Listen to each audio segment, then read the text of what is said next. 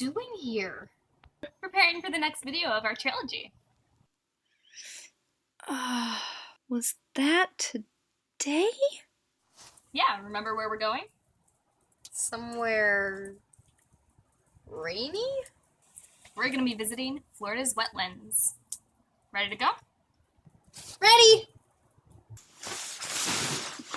Hey guys! Today we'll be exploring wetlands, but Florida hasn't always been a wet place. It was actually 2 to 3 times larger after the last ice age, and was more similar to the grassland savannas of Africa, and supported species like the mastodon, giant sloth, and saber-toothed cats. Wow. This decrease in habitat has damaging effects on the wading bird populations. This isn't the only thing working against these leggy residents. Not at all. Global climate change negatively affects the nesting success of these animals. Many other animals are also affected by the state of these ecosystems. One example of wet habitats are the herbaceous wetlands. They are characterized by having mostly herbaceous plants. These plants are dominant in this community because more woody plants are suppressed by fire, much like in the upland habitats. Overall, this ecosystem is comprised of 2 broad categories, the first being marshes. And the second being prairies and bogs. Marshes and bogs are flooded for the majority of the year. Prairies, while not always flooded, have wet soils for most of the year. The most well-known wetlands in Florida, the Everglades, are actually 70% sawgrass. Another plant found here is a carnivorous plant called the pink sundew. Plant species such as alligator flag, spatterdock, duck potato, JJ. Ugh, fine. Better. Where was I? Species like the pickerel weed, leather fern, cattail are all found in these ecosystems. The next type of habitat in Florida are the forested wetlands. They are frequently or almost always flooded. Woody plants have adapted to living in these environments by developing buttressed supports and leaves that retain water.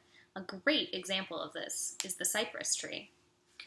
Cypress trees and other woody plants provide habitat for a lot of epiphytic plants. Epiphytes are plants that grow on other plants, like the cardinal air plant. This ecosystem has also been invaded by exotic species, the most prolific being the Melaleuca plant. The presence of invasive plants are normally due to human introduction. Many of Florida's river systems and lakes have been altered by human influence.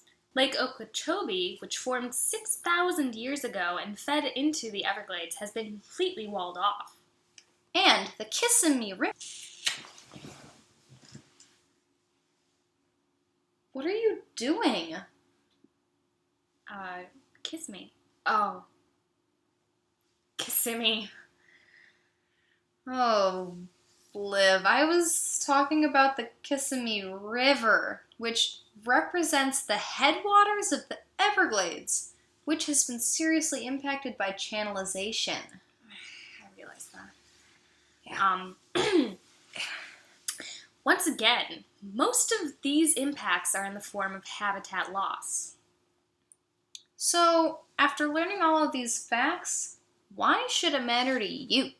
Many species, like the Florida black bear and deer, use wetlands for food, water, and breeding sites.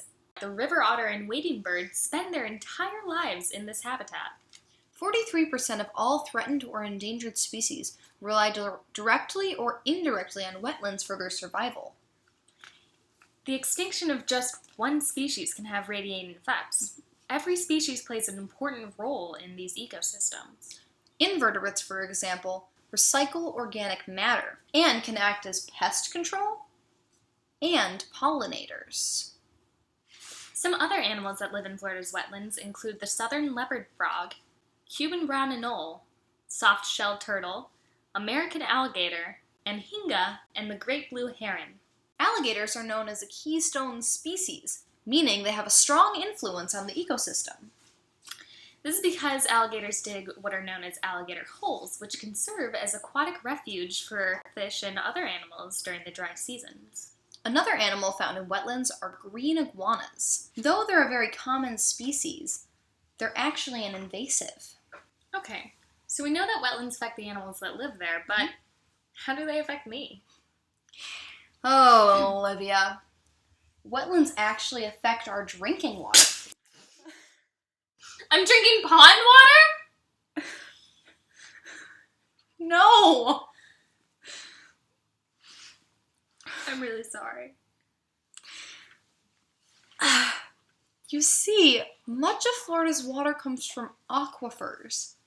Wetland habitats refill and purify water in the aquifers, but more water is being taken than is being replenished. The water is also being contaminated by hydraulic fracturing, which is used to help the extraction of natural gas and oil. The presence of wetlands in Florida bring in $14 billion of revenue per year, and that's just in Florida.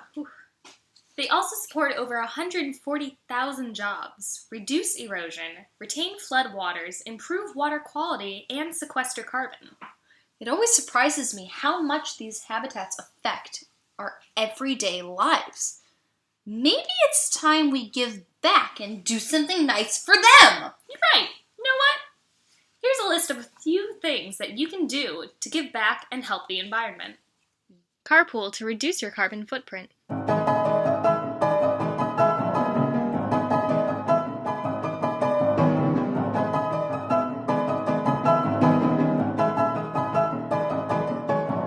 Avoid using off-road vehicles as they tear up habitat. Don't rinse dishes before putting them in the dishwasher. You can save 20 gallons per load this way.